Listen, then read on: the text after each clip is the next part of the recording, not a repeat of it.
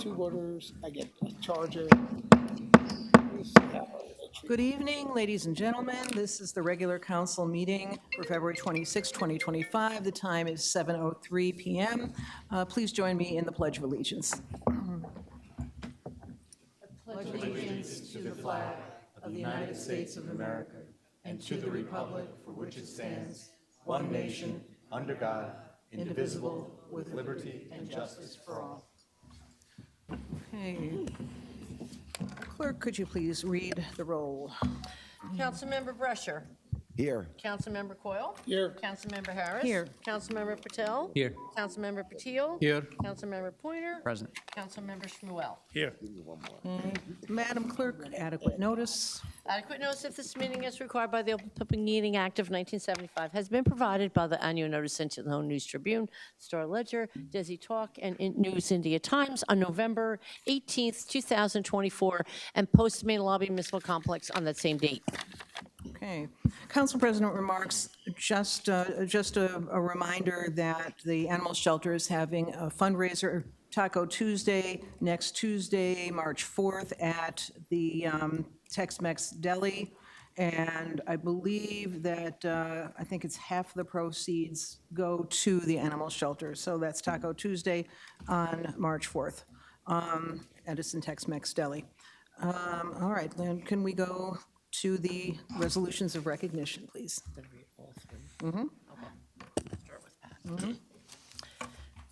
Whereas Pat Massey has demonstrated exceptional leadership and commitment to the Township of Edison in the field of library services through volunteer work on Edison Public Library of Trustees from 2014 through December 2024.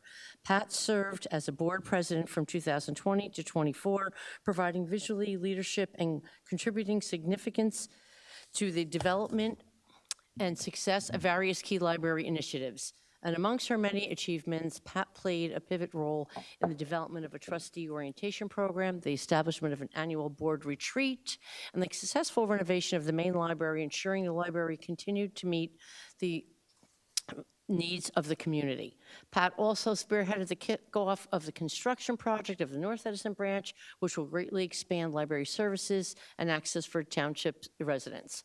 Pat has a long lasting impact on the library sector as the president of the New Jersey Library Trustees Association since 2024, furthering advancing library advocacy and development statewide. And Pat has actively been involved in New Jersey Association of School Librarians, where she has worked to enhance school media programs and support educational excellence. Pat served as superintendent representative on South Plainfield Library Board of Trustees from 1992 to 2012, contributing to library development and community engagement over 2 decades. Now, therefore, we resolve Pat has an exceptional service to Edison Public Library Board of Trustees, her leadership in advancing library services, and her outstanding contributions to the community in the field of library science.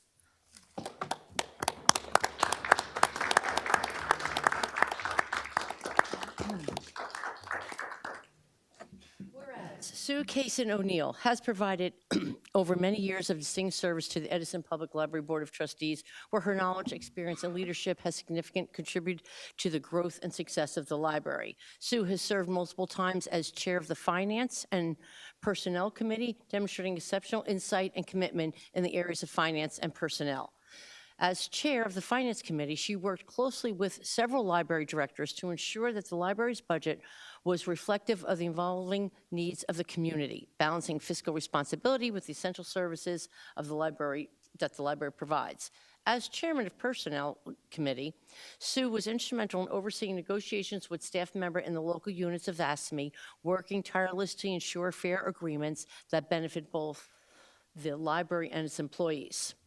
Sue played a pivot role in overseeing the transition to new payroll and bill payment systems at the library, ensuring these changes were implemented effectively and smoothly, resulting in improving operational efficiencies. Sue's contributions to the Edison Public Library has been instrumental in shaping the library's policies and practices, ensuring it remains a vital and effective resource for the residents of Edison. Now, be resolved for Sue for her years of exceptional service to the Edison Public Board of Trustees, her leadership and experience in finance, personnel management, and library operations, for her remarkable dedication to the better of the library and the community.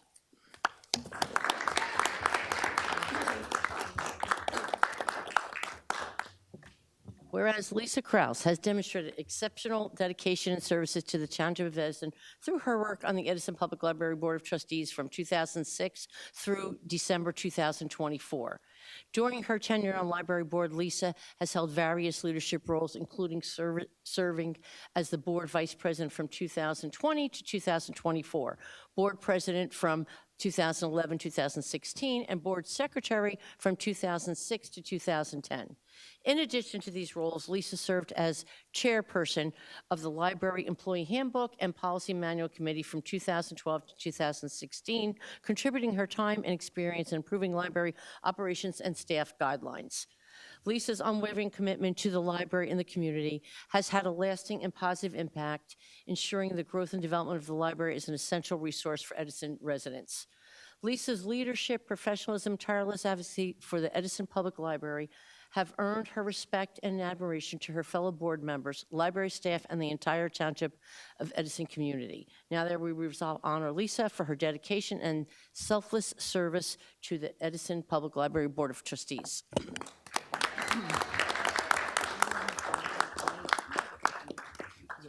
Okay, all right. Okay, can I get a motion to open to the public comments, please? Motion to open. Okay. Second? Second. Okay, all right, very good. Any public comments on these three wonderful library dedicated employees? Okay, Akhtar?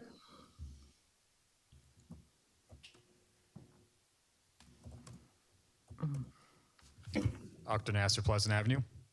I am overjoyed to see that we are finally recognizing the contributions of everyone behind here.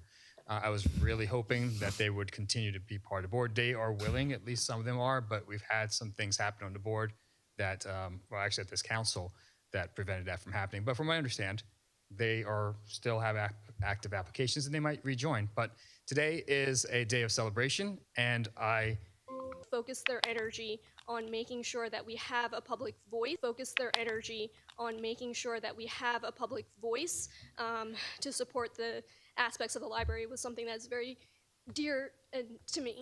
And I'm very grateful for not only their support, just the fact that they cared so much to make something happen that wasn't there before says a lot. And this is just one small part of the decades of service that they've had to Edison. So thank you so much, and I'm hoping that I can continue a little tiny part of what they started here. Thank you, Sarah. Okay. Anyone else? Yes, sir.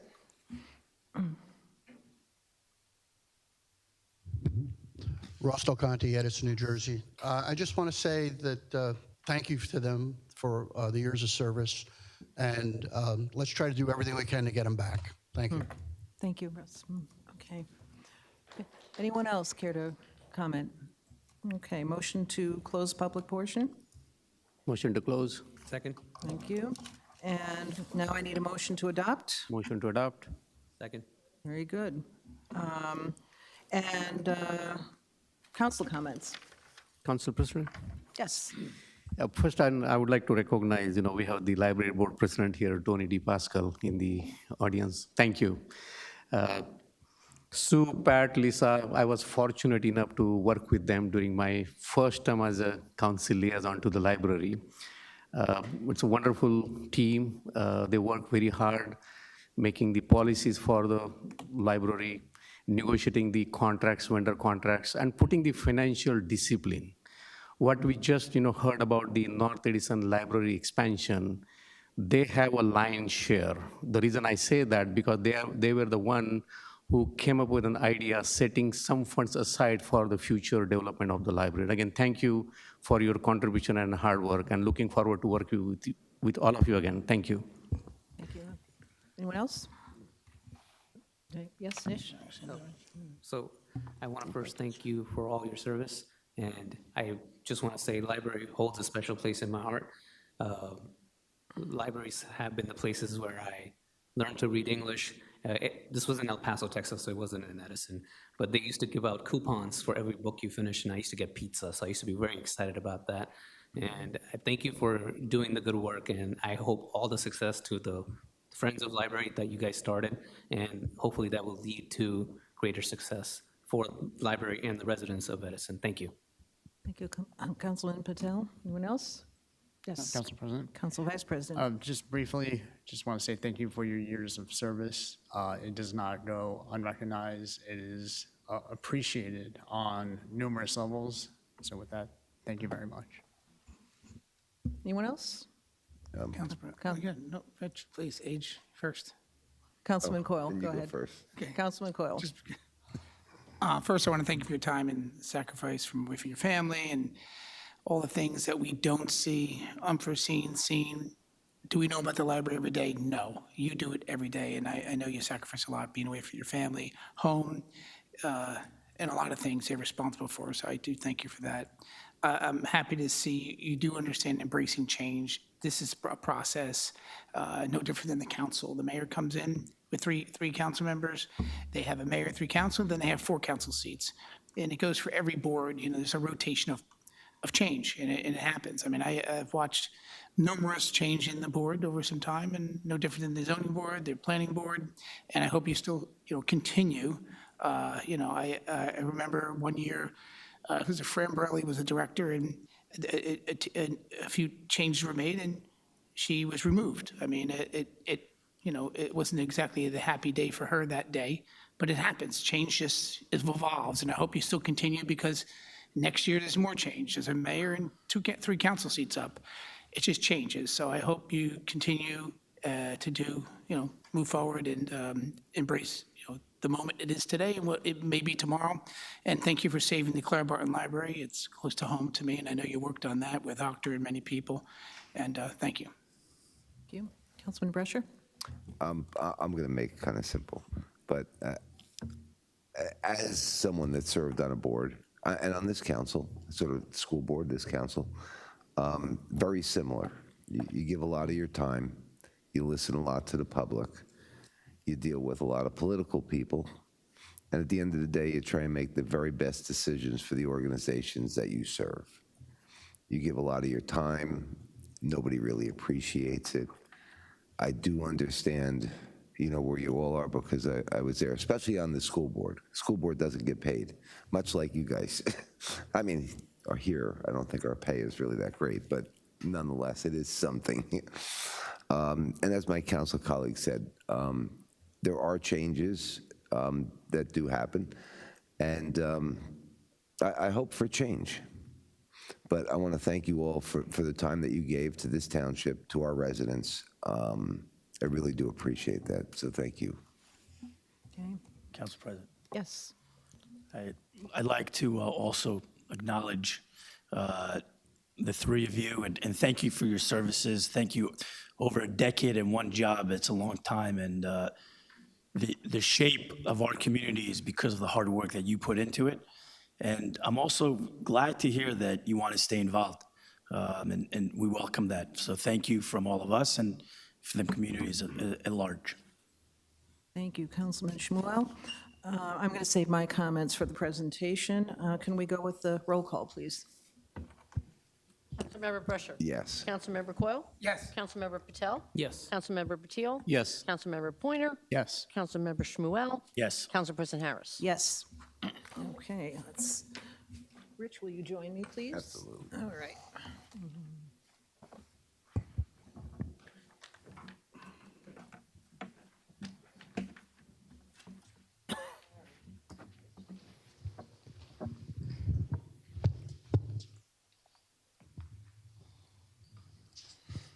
Another hug.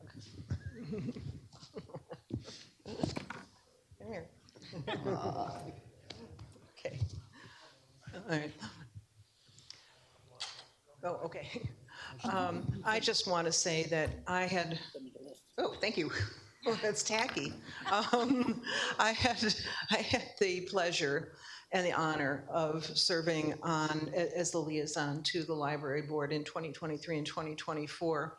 And I learned so much and witnessed so much about what these women, and I'm so sorry Sue Case and O'Neill isn't here.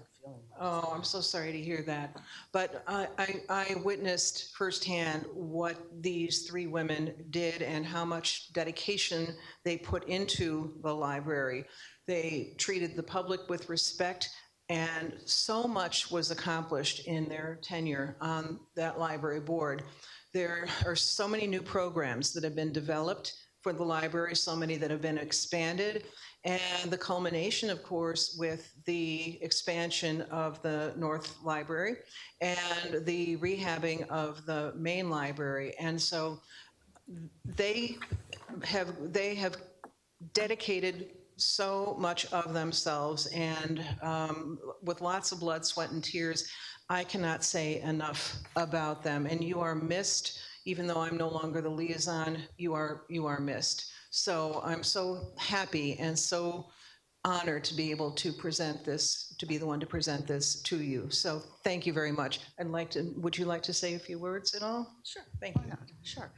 Sure, I'll take this opportunity. Well, as the current president of the New Jersey Library Trustee Association and past president of the Edison Public Library, I really want to suggest and plead that you become a friend of the library, that you give a donation to the foundation, that you make sure that you have a library card, and that you do everything that you can to support our library. It's really, really important. The last thing I want to mention is that your library is not just for children. Take out your library card, use it, and you'll be very happy no matter whether you're 6 months old or 95. That's it. Okay.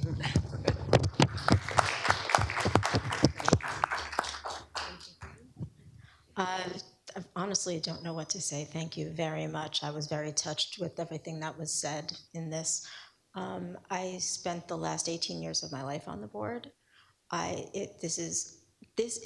Being on the board is what led me to become a librarian in the first place. I am a public school, middle school librarian. So this is my life. I care about libraries. I care that everyone has access to good information, access to learn how to read, access to learn how to do taxes. All of this is very, very important and needs to continue. And I sincerely hope that the new board is going to continue on and continue to evolve the library as the public needs it to evolve. So I do hope everyone does use the library. Make sure you have that library card. Thank you.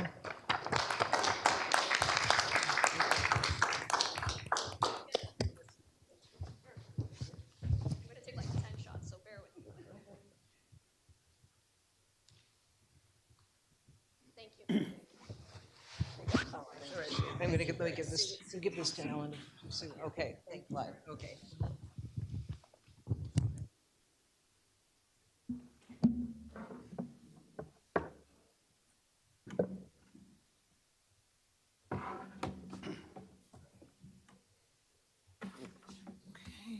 Where are we? Unfinished business. Okay, right, okay. And we move on to unfinished business, ordinances for further consideration, public hearing, and final adoption. Clerk, could you please read the ordinance? Ordinance adds a residential parking zone to a section of Chapel Street. Okay. Open to public comments. Any public comments about this ordinance? All right. Motion to close the public comment. Second. Thank you. And where am I here? Okay. I'm sorry. Any council comments? Okay. Seeing none, could I get a motion to adopt? Motion to adopt. Second. Okay. And what's it? Okay. Okay. All right. The roll call, please. Councilmember Brescher. Yes. Councilmember Coyle. Yes. Councilmember Patel. Yes. Councilmember Patil. Yes. Councilmember Pointer. Yes. Councilmember Shmuel. Yes. Council President Harris. Yes. Okay, adopted. Where are we? We are now on number 7, new business, proposed ordinances, public hearing set down for Wednesday, March 12th, 2025. Clerk, could you please read the ordinance? An ordinance amending Chapter 23, Adopt a Area Program, establishing updated program guidelines. Okay. Could we get a motion to introduce? Council President, Yes. I move this ordinance be passed on first reading, published according to the law for further consideration, and public hearing set down for Wednesday, March 12th, 2025. Can we get a second? Seconded. All right, very good. Council comments? I would like to say to Councilman Pointer for spearheading this initiative, and I'm really looking forward to specific areas that are being adopted, being taken care of, and having a much nicer communities in those areas for the residents. And it will give it an opportunity for business owners or nonprofits to market themselves. So I think it's a win-win-win situation, and it's a great initiative. Thank you, Councilman Pointer. Councilman Brescher? Yes, I tell you, I really do like this, but I have more of a technical question with it. I was approached by someone that wanted to participate. I told them that the legislation was being created. At what point can people start applying? I'll jump in. Okay. After the ordinance is adopted, published, and effective. So there's a 20-day challenge period. So I would say anytime, giving time for publication in the paper, anytime around 24 days from now. And assuming that they'll have the processes in place to implement the ordinance as adopted. Okay. Yes, I was approached. I knew that something was coming up, and they felt like they weren't getting anywhere with any answers. But the reason was because we were still working on it. Sure. Right. Yeah, 3 or 4 weeks. But thank you, Councilman Pointer. I like this idea. Thank you. Anyone else? Council President? Yes. Council Vice President. Appreciate everyone's support for this. At the moment, it's not officially adopted, so I'll wait until the official adoption before any congratulations. But I do believe that this type of initiative, in conjunction with those that the county puts together, that those that the state put together, that when you view everything all together, that it is great for the community from just general involvement and beautification for the township. So I hope that this has the support and eventual adoption on March 12th. Thank you, Council President. Thank you. Anyone else? Yes, Councilman Coyle? Excited to see this happen. Thank you, Councilman Pointer. I only hope that we market this great idea, because I've been down this road and we have a lot of great things in the state, in the county, and in the township. Just we have to market to recruit people that want to adopt this. So it's really important to get corporations that want to take on a corporate responsibility to be involved and make that commitment. So looking forward to seeing how that all lays out. Thank you. Thank you. What else? Okay. I'm going to double back on what I said the other day, and that is I think this is a wonderful initiative, and we all have a stake in this community, and this is a way of really putting ourselves into the stake that we have in beautifying the community and really making it look crisper and getting litter away and pruning back unsightly growth of trees and bushes and such. So I am delighted to see this ordinance go through, and I want to thank Council Vice President for having put this down there. Thank you so much. We now go to roll call. Councilmember Brescher. Yes. Councilmember Coyle. Yes. Councilmember Patel. Yes. Councilmember Patil. Yes. Councilmember Pointer. Yes. Councilmember Shmuel. Yes. Council President Harris. Yes. All right. Clerk, could you read the next ordinance? An ordinance amending Chapter 25, trees to prohibit the planting and spread of running bamboo in the Township of Edison. Okay. Can we get a motion to introduce? Council President? Yes. I move this ordinance be passed on first reading, published according to law for further consideration and public hearing set down for Wednesday, March 12th, 2025. Second? Second. Thank you. Okay, council comments. Council President? Councilman Patil. And it's a good ordinance, but I had few technical questions, and I will reach out to council colleague, council vice president privately. I think our health department was out today in north end of the town. They issued some warnings whoever had the bamboo planted in their backyard. So I'd like to really understand the impact if the bamboo is contained within their boundaries and what it means to the residents. Again, I'm not singling out just the North Edison, but I just got a call from North Edison resident. It could be very well in the Clara Barton or South Edison end of the town as well. But I will reserve that because this is just an introduction. Thank you. Very good. Anyone else? Okay. Again, I want to thank Brenda Eagle, one of the residents who's been persistent in moving this forward. And so I'm wholeheartedly in favor of this. Anyone else? Okay, let's get a roll call. Councilmember Brusher.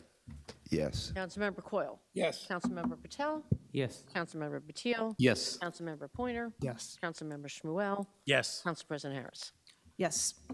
Okay. Open the public, I can just do that without a roll call, right? Yes. Okay, all right. Now, public comment on the resolutions only. Yes.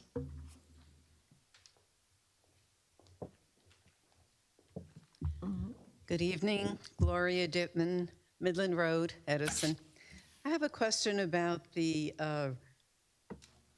running of the comment about the running bamboo and planting.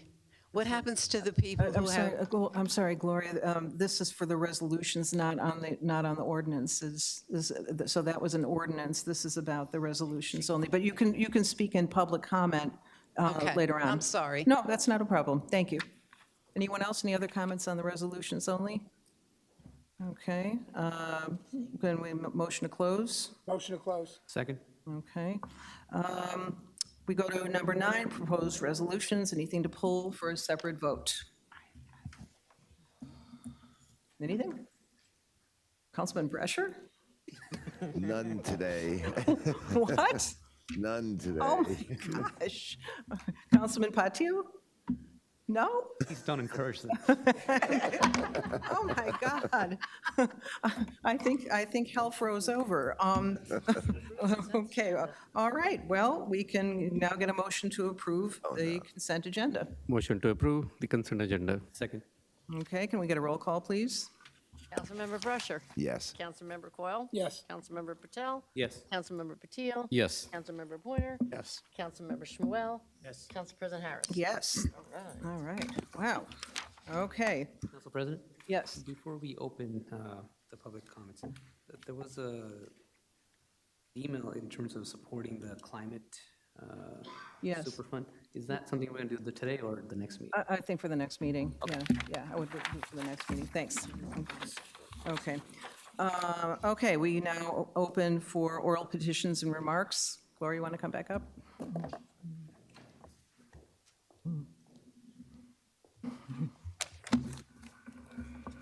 I wonder how this impacts people who already have bamboo planted on their property. All right. Yeah, okay, go ahead. Yeah.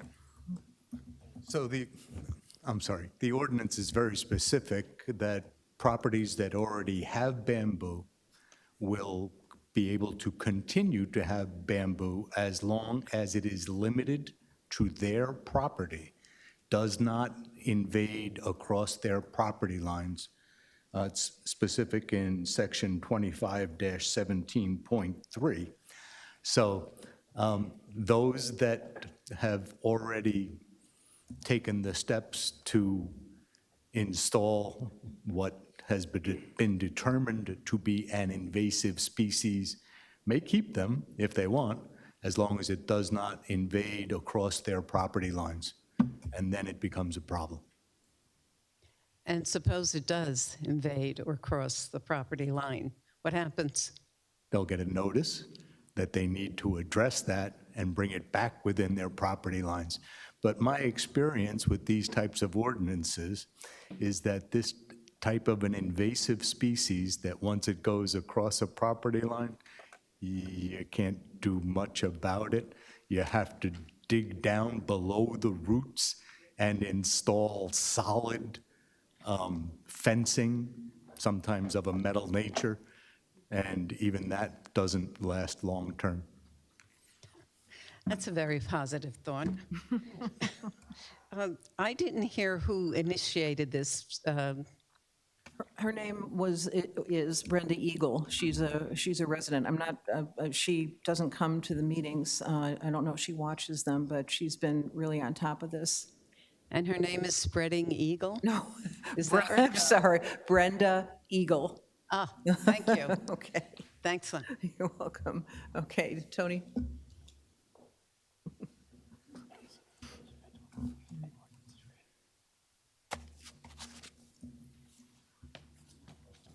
Tony DePasquale, Board of Trustees, Library President. I'd like to give you guys some wonderful developments that are happening at the library. First thing I want to say is I'm thrilled to announce that we are in the planning stages of Clara Barton Community Connections, we're calling them. And these are 2 events that we will be holding at the Clara Barton Library in March and April. Alan is actually going to come up after me, and he's going to speak a little bit more about it.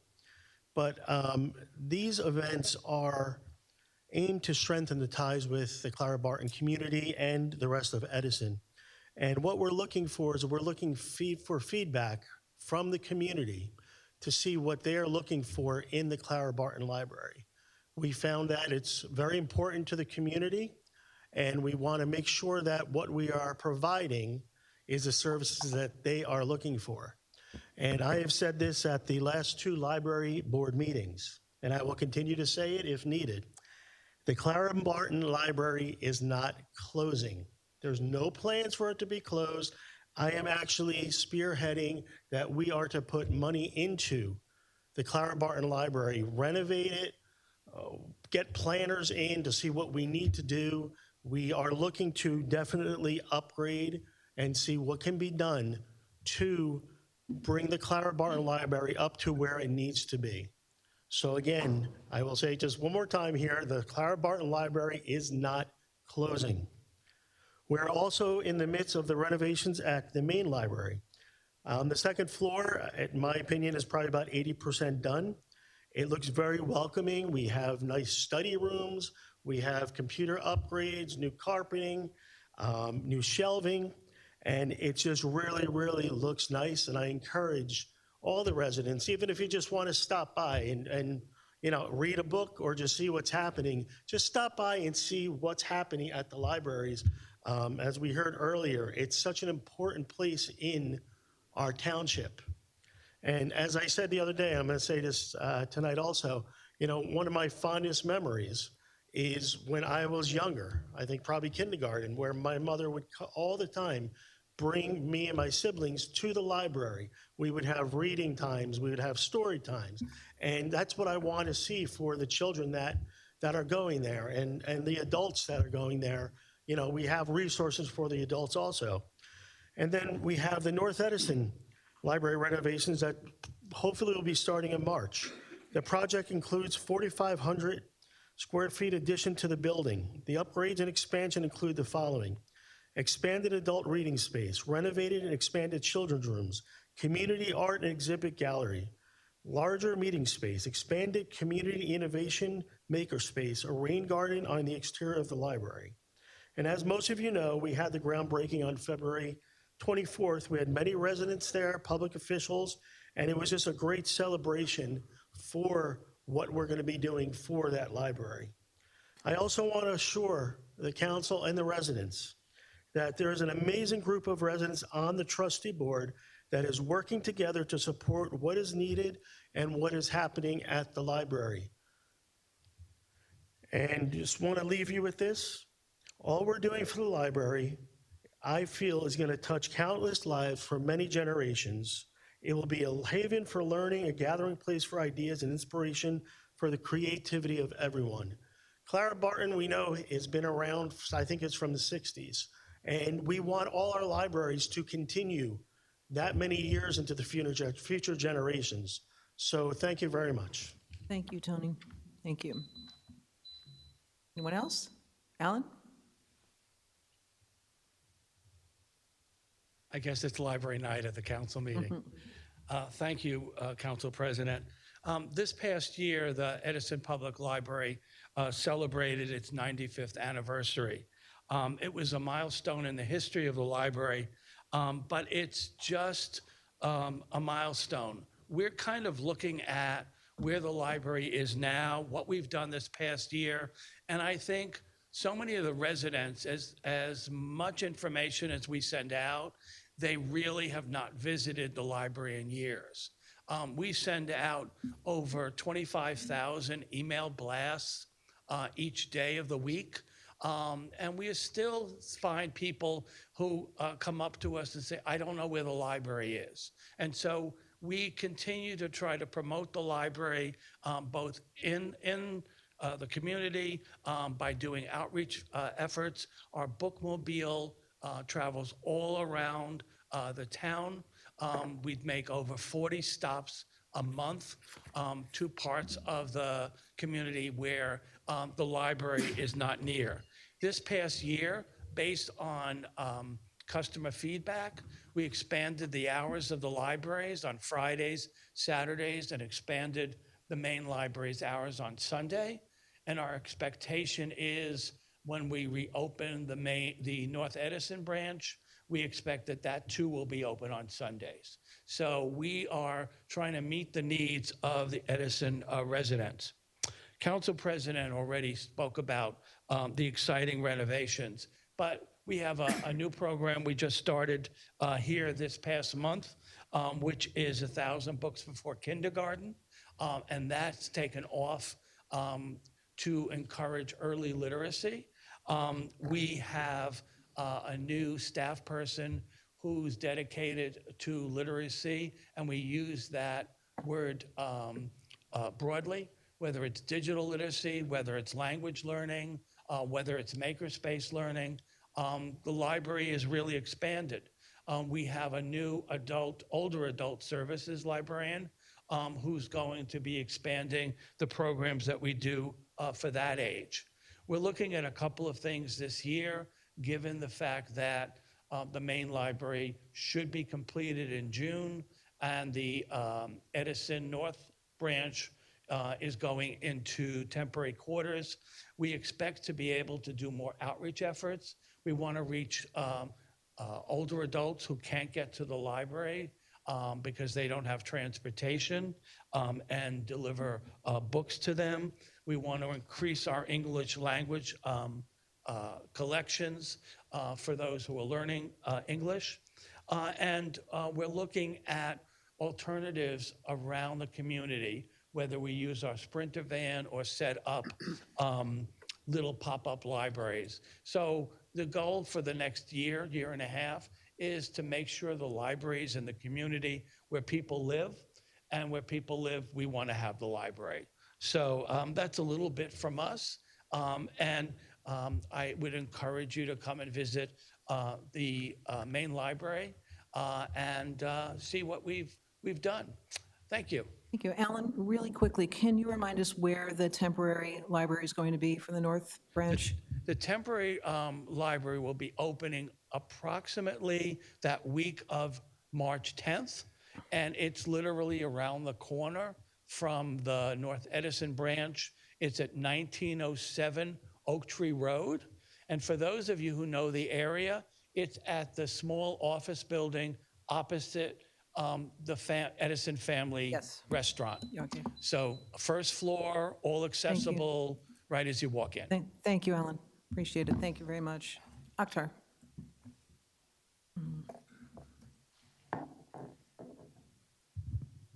Dr. Nasser, Pleasant Avenue.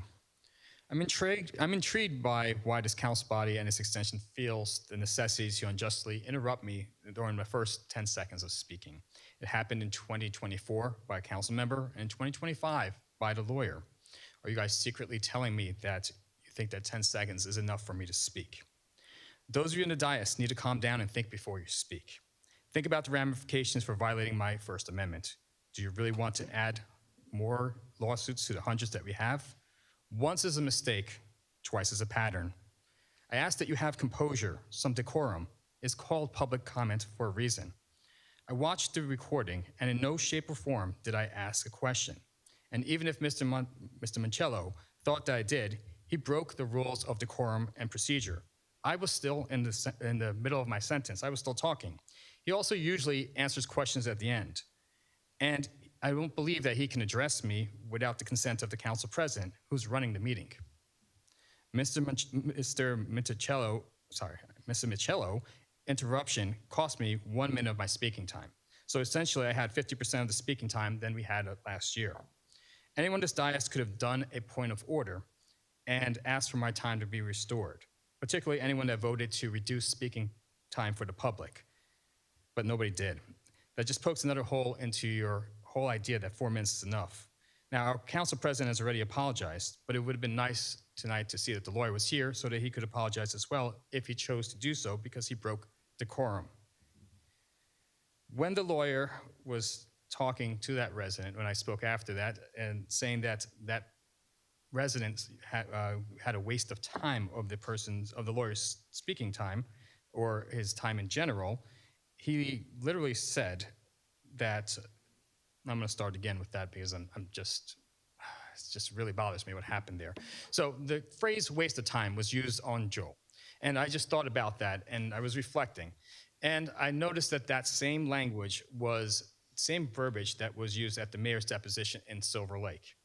I don't think that this terminology, waste of time, especially in front of the residents or judge, is something that should be done. Now, if you want to know what questions I did have on Monday, but I ran out of time to speak, these are the ones that were asked but were not responded to. To the attorney, if you would please kindly at the end respond to these. Number one, must something be printed on paper for it to be motioned to a vote, or can it be electronic? Number two, if there's a technical error on something, can the motion still proceed for a vote, or does it have to be amended? Number three, can you name any issues that might require an urgent vote? Would a board position be one of those? To the council, procedurally, how could you vote on an application that did not have a resume and another one which did not state the position that they are applying for? To be clear, I have no issues with the candidates. I'm just trying to figure out if there's some procedural issues that we have to tighten up on. And so I'm using this as a teachable moment. So here's a legal question for the lawyer. For the application that did not state which board they're applying for, does that mean the application is still active for other boards? I was told that applications are active for 1 year. So that seems like a cheat code. To the BA, I've been trying to get some answers on some other things. You feel like you've answered them. But I was asking about the Illuminator and asking how much it costs. So it's a quarterly magazine. I was told that it was costing $60,000, but that doesn't seem like that would be enough to go ahead and send to 36,000 homes. The math doesn't add up. And finally, the last question that was definitely not answered. Excuse me. Does the atlas get mailed to residents, and is it going to be a yearly thing? Thank you. Thank you, Akhtar. Counselor? You were talking really fast. So I'll do my best to respond to your questions. If you give me a little bit of a recap, do them one at a time, and I'll answer them one at a time to the extent that I can. Is that fair? If I have permission. Council President, point of order. I don't mind if we do this, but we have to set precedent that we all can do this. Because when Mr. Christo comes up here, or anybody else, and again, Akhtar, I think he has a good valid point. We have to do it for everybody. So I don't mind if you guys want a sidebar, if you want his minutes, I just want to make it clear. I did technically have 30 seconds last time. Akhtar, would you mind if Counselor spoke with you and answered those questions After? offline? Okay. Would you be okay with that? That's fine with me. Okay, all right. Thank you. Council President? Yes. Is this the disconnect that when the resident is at the podium, we are not listening and writing down the questions?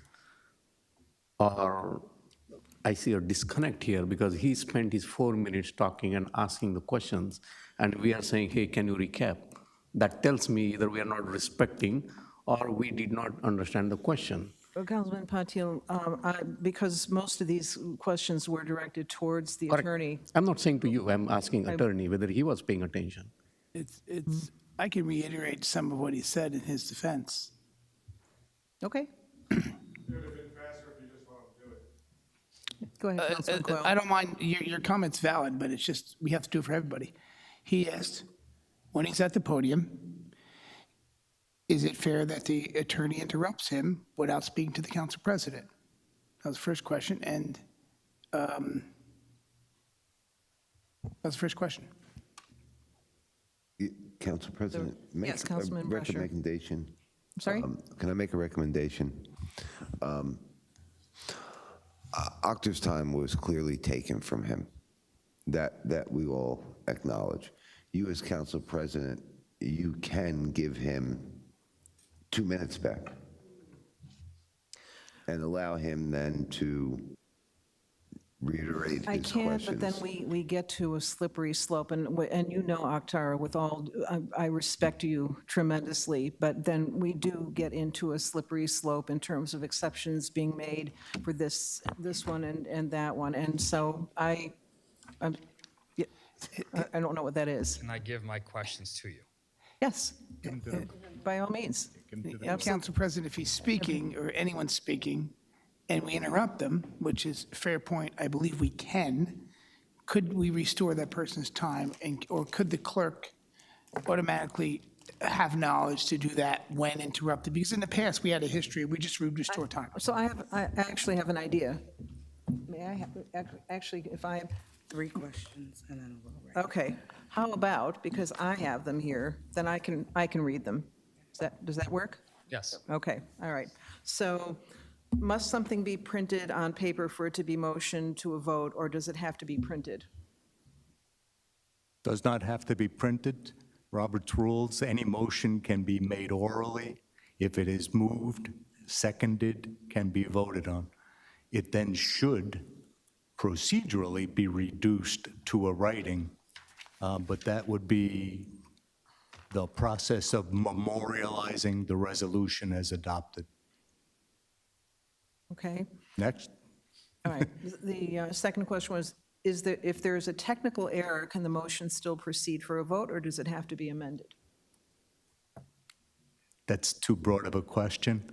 If the mover, it believes that the motion needs to be amended, there can be a motion to amend the resolution as proposed prior to the vote.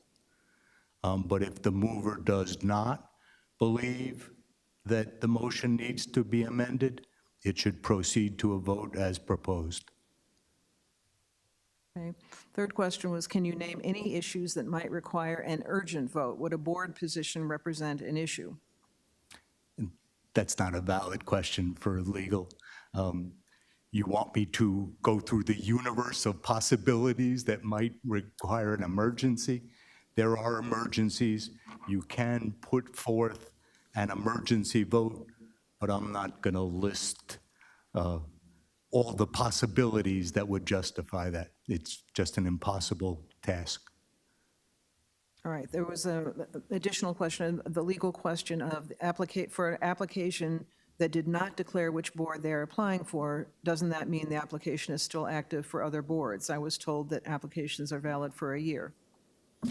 I can't answer that. I don't know the procedural process for applying for boards in town. Generally, an application can stay on file until an appointment is made.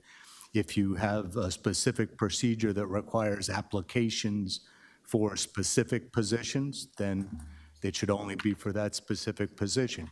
If you have a general application for any volunteer or non-volunteer positions, most municipalities that I've been involved with keep a record of people who are willing to serve.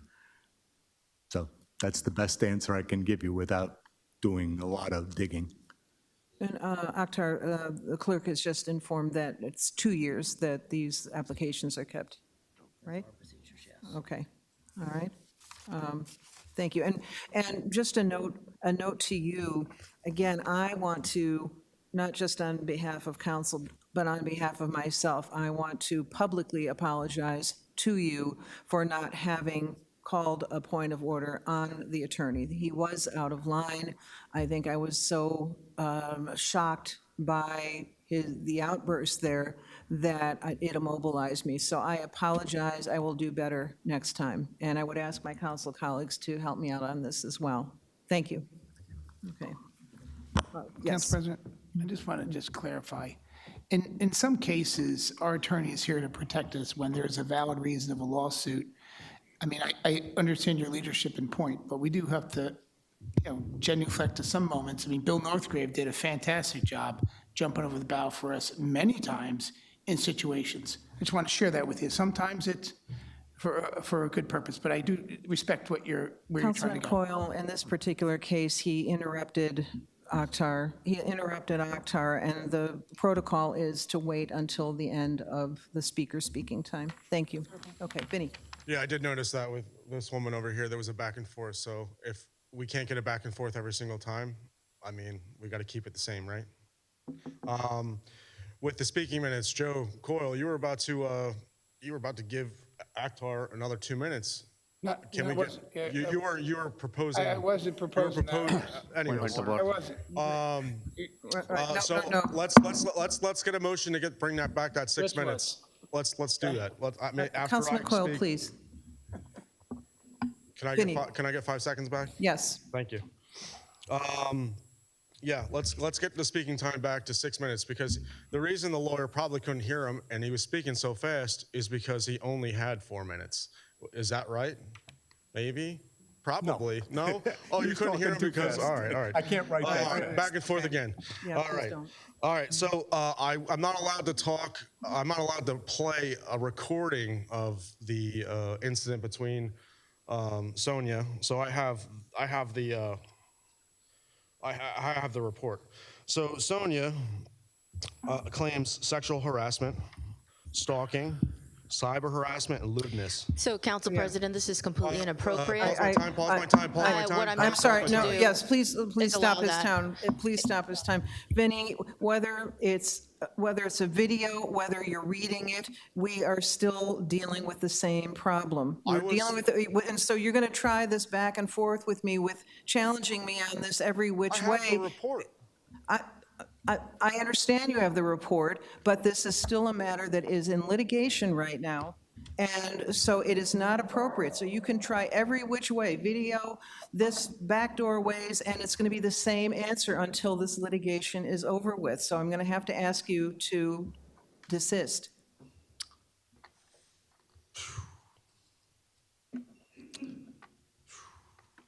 Let me regather my thoughts. Can I get my 250 back? You mean to come back? Come back up. Yes, Thank you. yes. Okay. Next? Yes, Vinny? My name's Scalzo. My contact information is at scalzophoto.com. I have a long list of issues I'm focusing on. I think in future meetings I'll have a better, I'll be a little more organized. But just quickly, I came across I'm the world's worst public speaker. Give me a second. I came across an article that the town lawyers are trying to stop a video of Mayor Sam Joshi's deposition. Was it Glendale? And it was puzzling because I think the video is actually already on the internet, and I'm confused as to why the town attorneys are helping with I think in the article it says the town attorneys say that it might affect the election for Sam Joshi. So it seems like they're admitting that I feel like the judge should just throw it out instantly. And I also want to have a message for the town attorneys who could be the dumbest attorneys on earth. There's something called the Streisand effect. If you tell people not to look at something, they want to see it even more. So if you try to hide the deposition, it's going to be seen even more, probably by millions of people. So go ahead. And I believe I have a copy, or I may or may not. But I know, anyway. So another thing, I wanted to, in future meetings, I'm going to talk about Sam Joshi's really abusing the Edison TV and misusing the police department for his Instagram photo ops all over the place. He'll kick out his political opponents, and then he'll do the exact same thing that he'll accuse. For example, there's one situation with Krista where he got kicked out of a Dunkin' Donuts. Apparently the mayor's people called the owner to have him removed. Then the next day, Christo spoke to the owner and said, no, the owner did not want him removed necessarily. He was just, I guess, lied to by the mayor's people. And then, which I think is completely inappropriate, using tax-paid a service like the Edison TV and the police department to remove your political critics. I mean, if you can't handle a debate with Christo or anyone else, then get another job. I mean, it's just prove him wrong or prove other people wrong. Looks like I have another minute and 40 seconds. Yeah, so other issues, I work with Leroy Truth to focus on, in Union City, 3 women that were sexually harassed and sexually assaulted, and the Mayor Brian Stack was completely ignoring it, which became a whole issue. And another issue where someone was, I'm not gonna say his name, but actually, let me move on from that for that. But I think it's disgusting how Sonia, in her lie report, put all this information. She checked off sexual assault, completely abusing the court system. Excuse lie me, after stop lie his, after stop lie. his time, please. She literally says, Vinny, I'm not Vinny, I'm Scott. no, I'm not going to name- allow this for the I same. know, if you're gonna lie, I just wanna make sure I get it said I'm publicly. not going to allow any type of reading or rendition of But this. this is absurd. I just wanna let people know. I mean, it is insane. Your comments are absurd. And what, And allegations. Thank you. All right. Go ahead, Marlena. I mean, Go ahead, Vinny. she literally said that Krista was saying he was No, bring. no. Bring a This gun. is, I just got through You can't saying, lie and say I'm going someone's to gonna- tell you You can't again. lie and say someone's going to bring a gun in Vinny, here. It's completely inappropriate. Vinny, either There was a you're warning. going, There was a you're warning either going, against you're bringing a either gun. going to stop It was right a now warning and against. sit down, or your time is forfeited. I don't need any more time. I just want to get that message out. That's all. But it's a warning against bringing guns. She's trying to say that he said he was going to bring guns. all It right. wasn't true. Point of order. Okay, thank you. Anyone else? Yes, Anthony.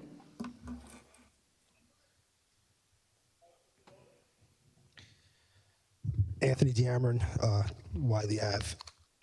You know, just really quick, it's just, you know, people have come in here and made claims against the mayor regarding sexual allegations. If this woman, you show them the same respect. If she made a claim, let that thing play out. That's what I say. I mean, just, you can't have it both ways. So they'll have their time in court.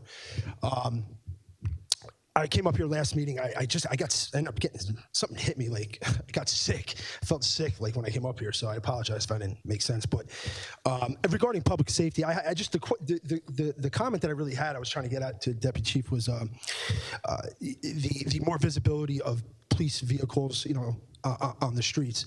But where I was then we're going to go with it was these specific vehicles that we have now, our patrol cars, they're very different than they used to be in the past, in a sense, because I feel like they're very, if it's hard to tell which, you know, if the cop car is coming towards you, they're very, you know, incognito-ish to a point of which you know, it's not until you drive by you see it's the Edison police and so on. So there's no, to me, these cars don't have the decals that maybe some of the other cars in other departments have. And I was curious to know why we don't have those right now. I don't know if it's a cost thing, if it's something that, you know, if that's just the way they make cars nowadays, I don't know. But I feel like the unintended consequences of driving around with bright police on it, which I love to see, the unintended consequences of all the crime that is deterred that you don't even know about because they see a police officer driving down the street.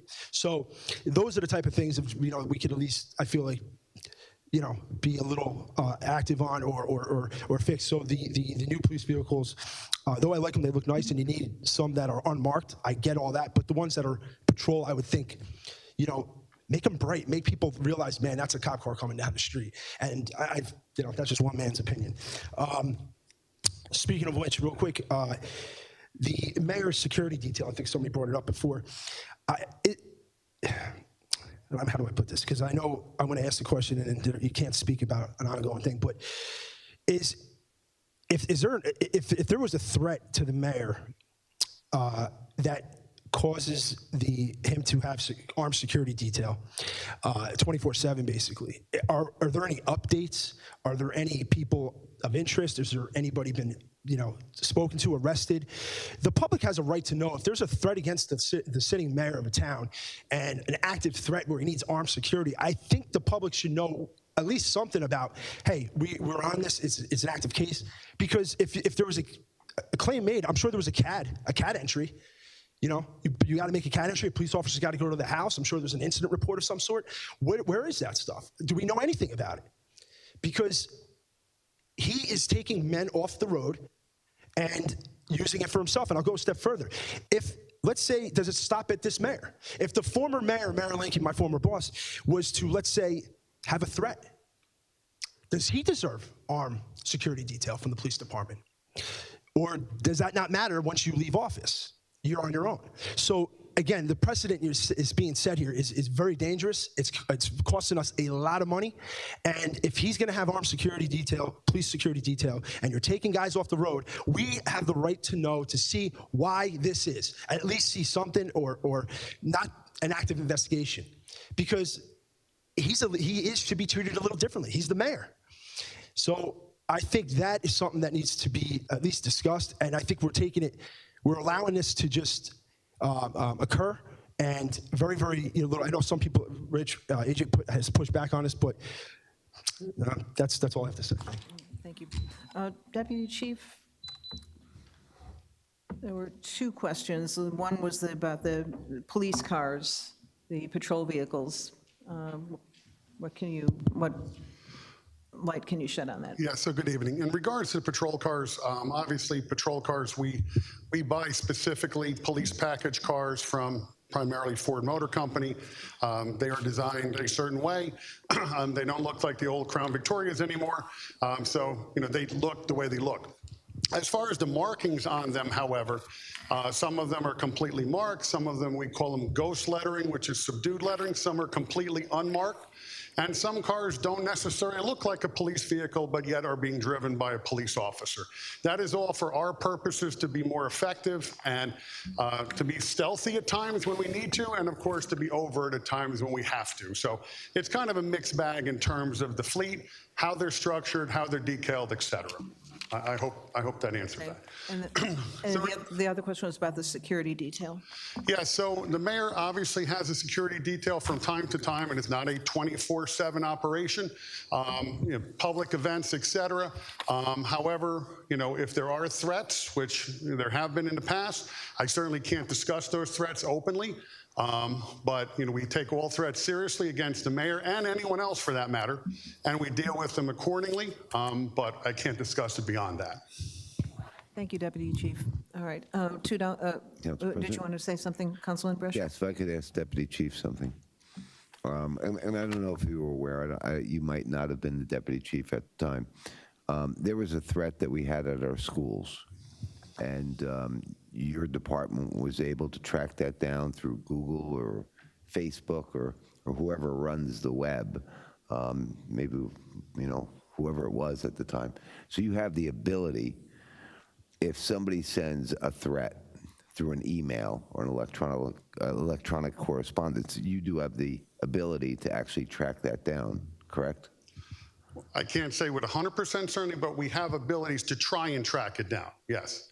I'm not a techie, but yes, the ability exists, but not necessarily all the time, depending on how it comes, where it comes from, what, I'll call them firewalls for, a better term, probably, again, not a techie term, as far as where it's originating from. So I can't say with 100% certainty we can solve every time a threat comes in, but the ability in general exists, yes. It's there, right. And that was my point, was that when it came to something that was actually a serious threat of a child being harmed type of thing, Google was able to assist our department in tracking down where it was bouncing off dark webs and all of that kind of stuff.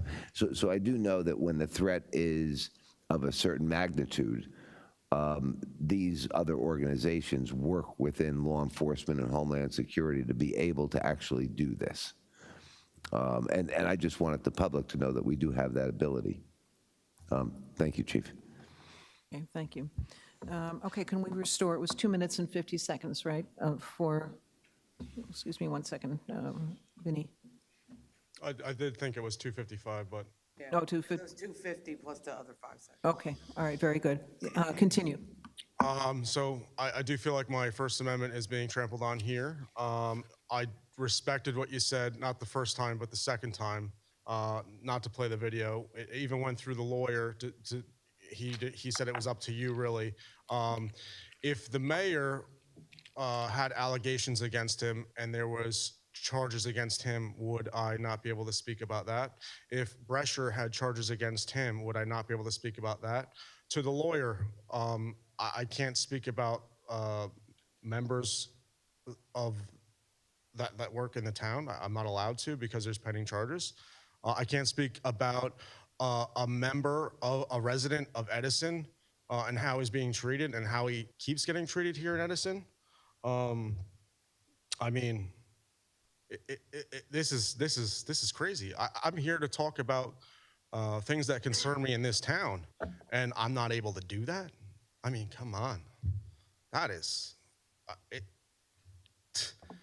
that's what the First Amendment's all about, to talk what I want. This is my 4 minutes. It was 6 minutes to talk about what I want, and I can't. That's insane. And if I don't, the last time these officers were gonna, remove me because of what you said. Are any of you guys getting threatened by the BA or the mayor? Is any litigation happening, or is anything happening where you're scared to let me speak? Is anything happening? Is somebody telling you I can't speak about this? Is she telling you? I mean, this is crazy. This is my right here. This is your position to let me speak. You're the president. I respected not playing it on the phone. I really did. And now I brought the report. Let's talk about VASPA orders in general. Sinclair, the officer that tried to remove me yesterday, maybe not tried, but whatever it was. Sinclair actually had a VASPA order against one of his neighbors.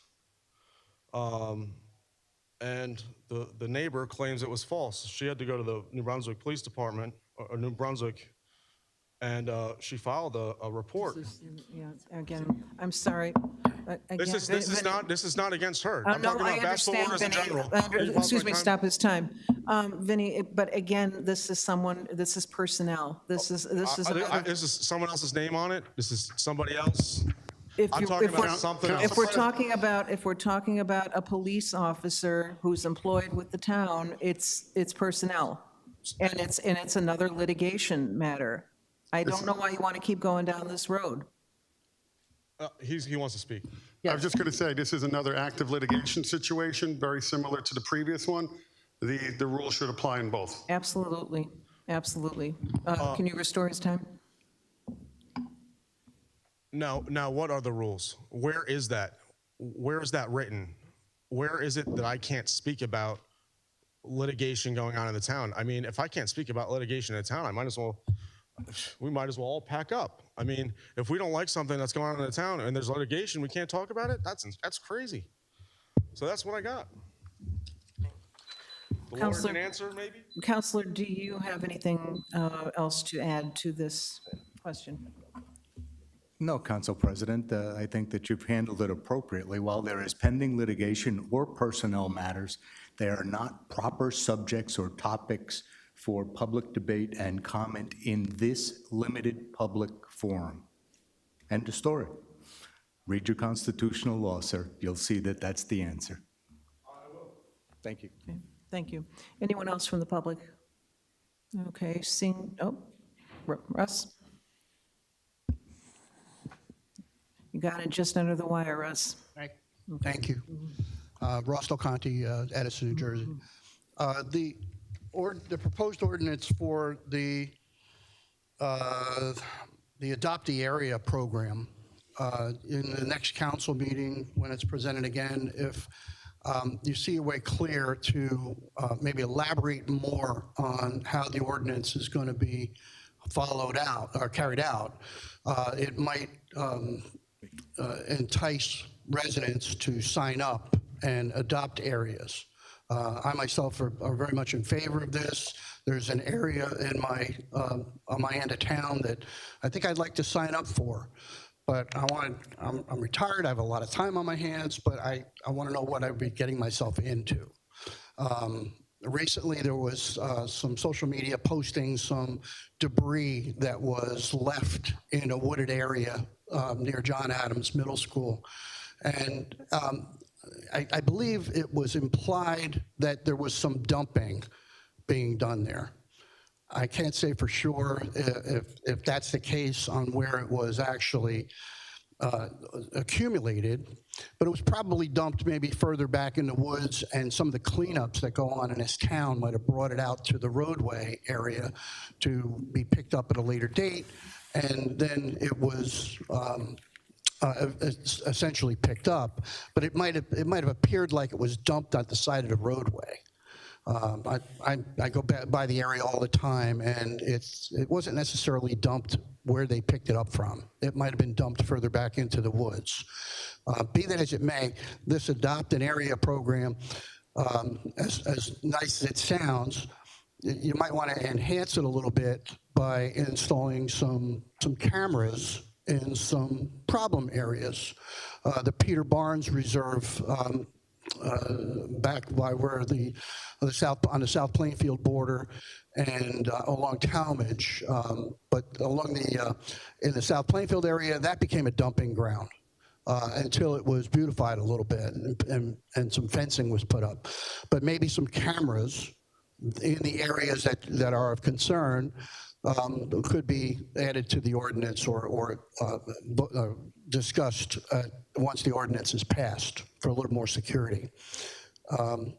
Also, on Grove Avenue, last year there was some discussion about the speed limit on Grove Avenue from like Metuchen High School as you're entering into Edison around James Street all the way up to New Dover Road. They were intending on reducing the speed limit to 25 miles an hour. Through the chair to the deputy chief, is that actually being? You can wait till the end. Is that actually being implemented, or through the chair, Ms. Harris?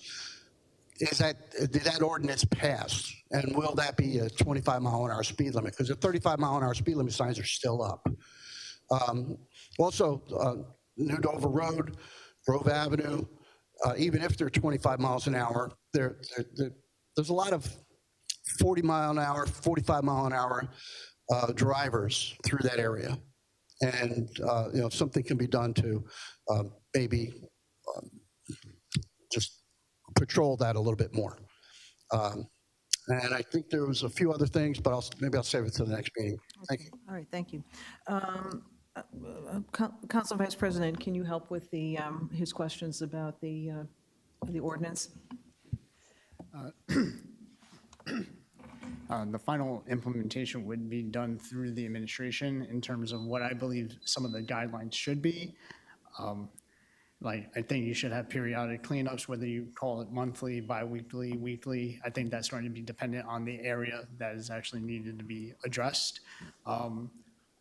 You obviously have to make sure that it's township-owned property and not like county property or state property. So for instance, people may feel that they want to adopt some of the roundabouts, but that would be under the Adopt a Highway program from the state. So a lot of the logistics is going to go through the administration, which from my end, I wanted to provide that flexibility so that they can implement what they feel would be the best way to move the program forward. But in laying out the foundation to allow for the expansion of it, I think that's what these adjustments do. Okay, thank you very much. And Deputy Chief, about the speed limit on Grove?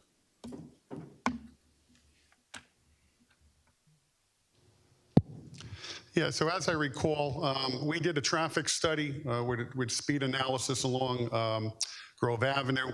A short section of Grove Avenue was changed by ordinance to a 25-mile-an-hour zone. The remainder of Grove Avenue remained a 35-mile-an-hour zone. As I recall, the speed study that was done was consistent. The speeds were consistent with the speeds of that roadway. There were no glaring errors, as I recall. This was a while back. But again, there's one section of 25. The remainder of it is 35 to this date. Can you clarify where that 25 area starts? I believe it's somewhere around Edison Avenue, if I'm not mistaken, and extends just past Calvert, like that kind of general area. I'm probably pretty close on that. Yep. It's closer from Adams to Anita Drive, closer to that section. Thank you, Council. All right, thank you very much. Council President? Yes. Chief, can you get me a copy of that? And the reason why I say that was the whole reason that I asked for Grove to be made 25 the entire length. It wasn't just about traffic. It was to make your job easier and make our police department look better. Okay, and I'll tell you where I go with it.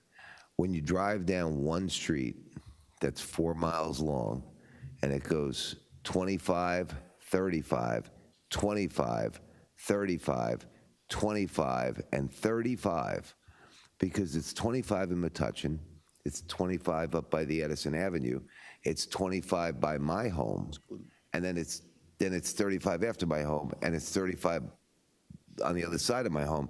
Before and after. Right, so you see how it goes 25, 35, 25, 35, 25, 35, all in that 2 or 4 mile area.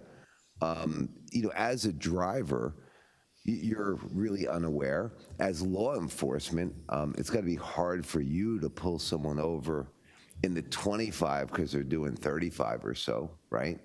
So presumably, yeah. Right. I mean, I don't want to use the word speed trap, but if you were to give someone a ticket, That's not in our vocabulary, Council. Right. That's why I was proposing to keep it.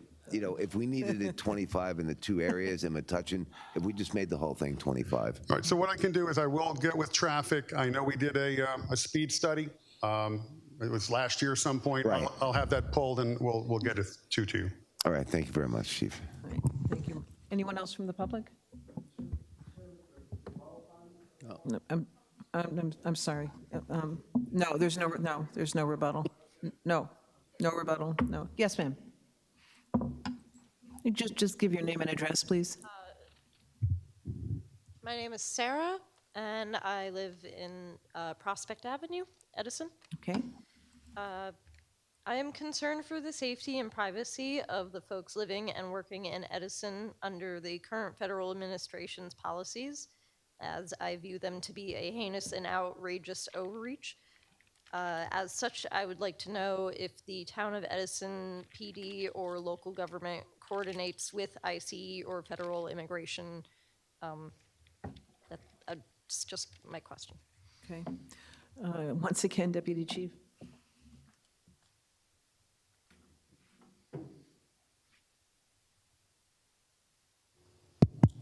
So obviously this is a very hot topic nationwide. I can tell you that ICE traditionally does not call local law enforcement when they're doing operations, even if it occurs within Edison Township. Sometimes they could give us a heads up. Sometimes they may ask for our assistance. That rarely happens. Normally, they do not advise us. They do their thing. We do ours, and they generally don't cross. Thank you. Anyone else? AJ?